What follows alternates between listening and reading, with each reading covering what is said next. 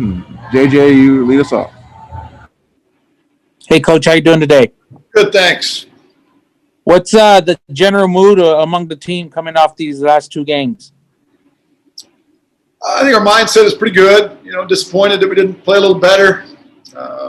Realistic. We've got to shore some things up. Got to play harder defensively. Got to execute better offensively. Got to get better shots. But they come in with the right mindset. I think we had some good stretches of practice the last couple of days. Looking back at these last two games, would you say it was more a defensive issue or offensive or a combination of both?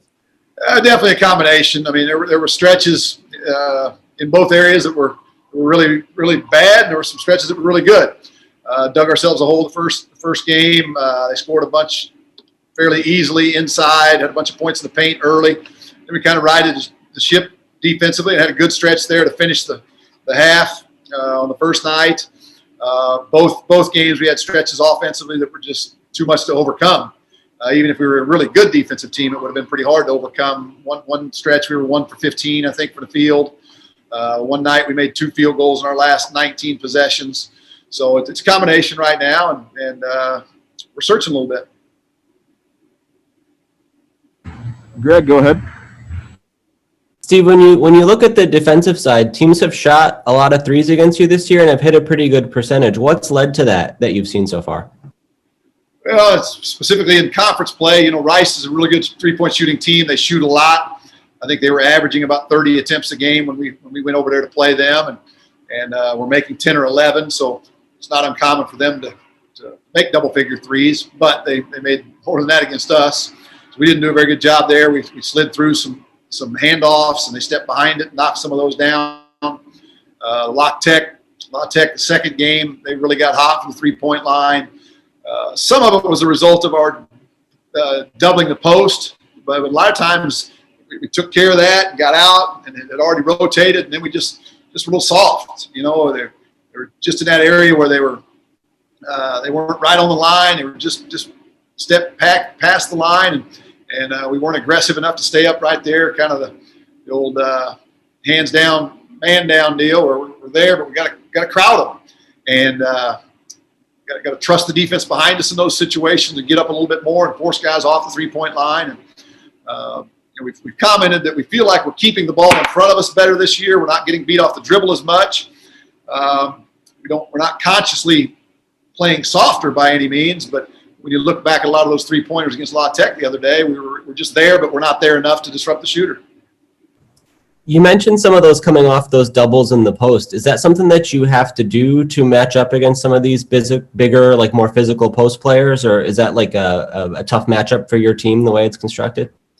It's very unusual over the years, and in the game today, it's very unusual to see many opponents that have enough interior scoring to need to trap the post. We just went into this season, we felt like more prepared to do it. We worked on it a lot more. It was something we thought you can make it an advantage to the defense if you're aggressive with it. You can force some turnovers. Sometimes that's another way to stir up some activity with your defense without full court pressing or whatever. So it's something we spent a lot of time working on. We've been set in the way we're going to do it. In years past, we've tried doubling off the top or doubling off a certain player. This year we were committed to doubling off the four-man wherever he was, which can be kind of scary.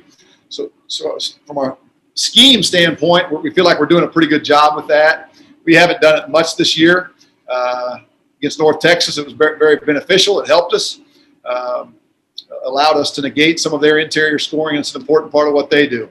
So to this point, North Texas and La Tech were two opponents that do a nice job of pounding the ball inside. They play inside out. If you don't double them, they can score a lot of points. So we're trying to mix it up a little bit in both those ball games. There were times we didn't trap. There were times we did. It just the La Tech deal is a little more high-low, pound it right down in there, and felt like we had to negate that to some degree. We've also talked through the year about your guys' change and how you wanted to defend ball screens and things like that in those handoff situations. Are you happy with the progress you've made there and with the sort of what that change has produced for you guys to this point? In a lot of regards, yes, but there's also been some games already where we just aren't able to get there. and we end up kind of reverting back a little bit and sliding through and getting a little bit softer. Some teams run good offense that they're not just going to let you walk up there and get in position that you want to get into. So I still feel like overall we're doing a better job on ball screens than we did a year ago. It's certainly a different look for us. We were even watching some film today from Southern Miss last year, and we were just back, and just kind of hoping that they would take those little mid-range shots. But I feel like, again, North Texas, we talked about it after the game, and that was one of the teams that really stood out in our mind that hurt us so badly last year, and they're really, really good at it. We felt like our pick-and-roll coverage was better this year than it was a year ago, and against one of the best pick-and-roll teams. And we saw you guys throw some zone at Louisiana Tech a little bit on Saturday. How much do you think about going to different alignments or kind of mixing things up on defense through a game just to try to keep opponents off balance when you look to kind of game planning ahead? We're going to continue to look at everything at this point. Up to this point, we've been mostly man. Played very, very few zone possessions. Haven't toyed around with too many other defenses at this point. Again, we felt like maybe doubling the post gave us a little something different than our normal man-to-man. But we've been working periodically on zone, and we'll throw it in there every now and then. We ran one possession against North Texas, and they got exactly the look we knew they were going to look for, and they got exactly what they wanted, so we got out of it. There were a few good possessions of zone against La Tech the other day, and we'll continue to look at some different things. Do you feel like you guys have a problem with fouling too much? I feel like we talked about that maybe a few weeks ago, but I don't remember if we've circled back on it since. Where do you stand on how you guys have handled that part of the game so far? Yeah, it's not. I haven't spent a lot of time studying the numbers, and sometimes those numbers are a little bit skewed. If you look over the course of the season, especially the way we look at things at the end of ball games, we're probably quicker to extend games than other people. So it may be a 7 or 8 point game late, and other people may just sit back in and wait and try to get the stop. We may go to the foul game a little earlier. So some of those games where we haven't been way out of whack with the fouling, and all of a sudden we foul 4 or 5 times down the stretch, trying to get them to miss one, and we're going to get a quick 2 and foul again, trying to stretch those games out. We just need to be in the lead, and we wouldn't have to be dealing with that. But there have been some times when those numbers get a little skewed. I don't think in general we're having as many unnecessary fouls early in ball games. Last year, our big guy might go body check somebody, and we've got one team foul, and our guys didn't think that hurt us. Zoom Bell, maybe he's muscling through a screen, we get a foul, we didn't think that hurt us. But that was leading the opponent to the bonus quicker. I think we're avoiding those fouls a little bit better. Again, we played some teams here lately that do a great job of attacking.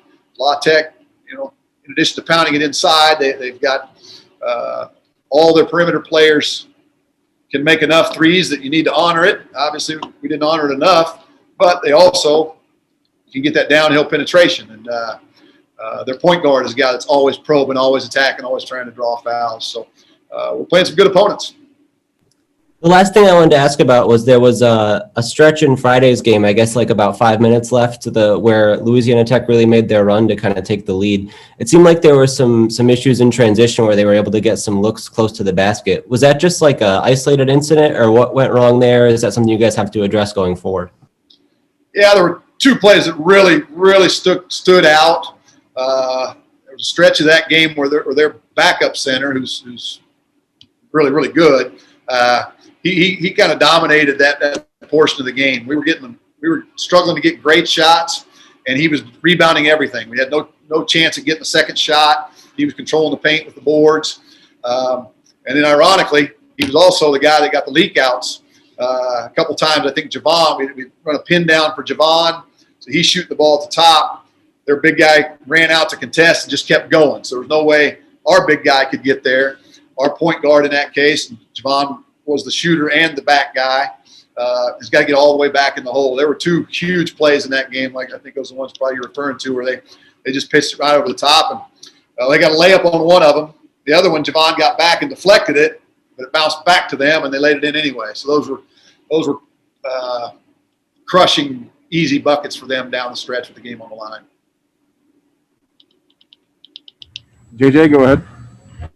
Steve, what about overall? What can you say about the league play so far, and the competition in this league, and then where you guys stand? Yeah, the league, the scores have been really fascinating. You look around, the first weekend, unfortunately we did lose both games, but everybody else that first weekend split. Last weekend there were some crazy scores on Friday. There were 3 30-point wins on Friday. Maybe the craziest of all of those, I would believe it was UAB beat Charlotte by 30, and then 24 hours or less. I don't even know what time they played the Saturday game. It may have been less than 24 hours later. They flipped it. So it was a 45-point swing in 2 days. I mean, that's kind of crazy.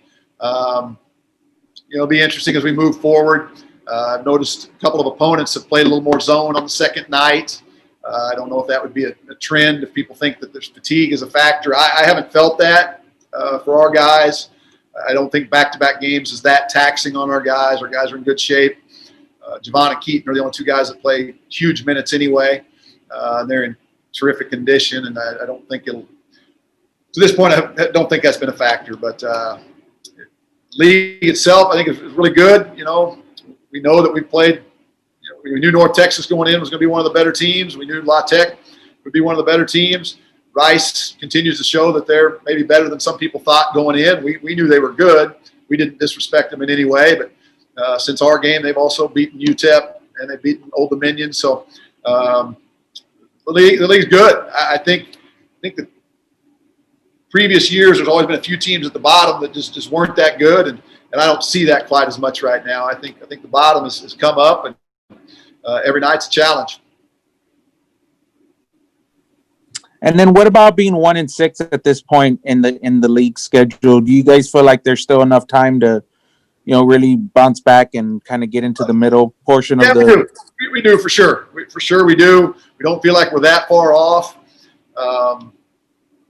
Again, we're looking at, just like you guys are looking at our defensive numbers. We're still trying to, where are we really defensively? If North Texas is as good as we think they are offensively, that affects it. We played 6 games. We're 1-5. We played 6 games, but we've only played 3 opponents. Rice, we knew, was a good offensive team. They've continued to show that. La Tech is a good team. So we're not in panic mode to play 4 of our 6 on the road at this point. And yes, the home court advantage may be lessened a little bit this year with COVID, but still, La Tech, something like 36 or 37 and 8 all time in Conference USA at home. Not many people go in there and beat them. Don't feel like we're in a panic mode yet. Looking ahead, UAB I think is 3-1 right now. Everybody else that we play is 500 or around 500. So we just got to get better. We got to play better. We know that we've got to defend better. I still think that offensively we have a lot of room to improve. I really do. I think we can get easier shots. I feel like we're taking care of the ball a little better in general, but I think we can get better shots, easier shots. And if we do that, we know that'll help our defense. We tried to go all year the other way and talked about defend at a certain level regardless of what's happening on the offensive end. But still, there's something to be said for seeing that ball go through the net. It feeds your defensive energy, and that's kind of been our issue is we just don't lock in and defend at a high enough level night in, night out, possession after possession after possession to carry ourselves through those stretches where we're not good offensively. I ask a little bit about the free throws. It seems like this year in particular, it's been a tough row to hoe on that front because the opponents I see have y'all about +5 on attempts, and opponents are also about +4 on free throw makes. And I just wondered if you had seen that gap and just what your level of concern is on just the disparity in free throw attempts and makes. Yeah, we tried to focus on 3 different areas that we thought we could control a little bit better. And again, like I said earlier, I think we've eliminated some of the bad fouls early. I think we made progress in that regard. But we still have times when people are attacking the rim. Played a couple of opponents here La Tech and North Texas that pound that ball inside, which is going to typically force more fouling. And maybe more importantly, more concerning, is we just don't draw enough fouls. You know, we just don't have enough guys that can get downhill and put the pressure on the defense. Some of these teams, you know, if you watch that shot chart, we used to talk about UAB a lot last year. That was a team that you knew they had a left-handed guy. They put him on the right wing, and he was going to get downhill going left. They had a whole bunch of right-handed guys. They were going to get downhill going right, miss some, make some, draw a lot of fouls. You know, it just constantly. And we just felt like that if we were to look at their shot chart, there was going to be a lot of right-handed guys shooting shots within 3 or 4 feet of the basket on that right side, where you can draw a foul and give yourself a chance to finish. We just don't have enough of that. You know, there's stretches where Javon can get on a roll and get a bunch of free throws. Or Keaton is attacking at times, drawing fouls. He's explosive. He's quick, but it's just not a constant thing for us. Last 2 weeks we haven't put in much new stuff. We've been trying to keep it simple, execute better. But anything new that we have put in the last 2 weeks involves trying to create those alleys, trying to create opportunities to get downhill, seek some contact, and get to the free throw line. You think, would you like to see Keaton and Javon get a little more aggressive, taking it downhill? Yes. Something has to precede that, though. It either needs to be the set itself needs to clear out the space, or you need a roll guy. You know, Jacob needs to roll with. Occasionally, we've got to hit him on the roll to attract some attention. You've got to create. You can't just make up your mind and say, "Hey, Javon and Keaton, you guys got to be more aggressive to drive it." You have to set that up with some movement, with some picks or rubs. You got to create opportunities to get things downhill. Is that something y'all worked on this week? Yeah, for sure.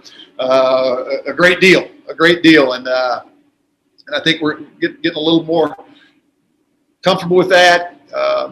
Again, Keaton and Javon have the ability to make hard shots. We've talked about that quite often, but that's not what we're after. You know, and Javon's percentages right now are pretty good. Keaton's got to get easier shots. He's got to get easier shots, and he's so explosive. We just need to make sure we're creating those opportunities. And yes, we've spent the last 2 weeks have spent quite a bit of time on that in practice. Anything else for Steve? Thank you, guys. Thank you, Coach. Thanks so much. Thanks, Steve. All right, appreciate you.